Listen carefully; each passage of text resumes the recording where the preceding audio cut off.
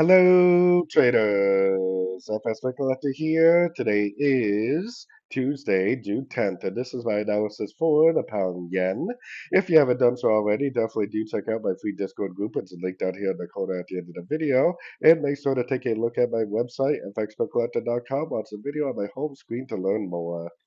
So anyways, the pound yen, we've been looking for longs based on the higher time frames, daily, weekly, and monthly time frames all still up. So we got our Fibonacci retracement on the last little impulsive move up. Looks like we had one, two, three waves down and a Fibonacci bounce, which definitely would have been a nice entry. But then in hindsight, I think what happened here is we had three waves of A and then like a wave B, and then this potentially is a wave C. It hasn't been able to break any structure down on the 1 hour or the higher time phase, so I'm definitely still looking for longs. I'm definitely still looking for three-way pullbacks, potentially for the continuation of the uptrend. At least until my daily time frame market flow turns down, I am doing nothing but looking for three-way pullbacks to go long on these sort of time frames.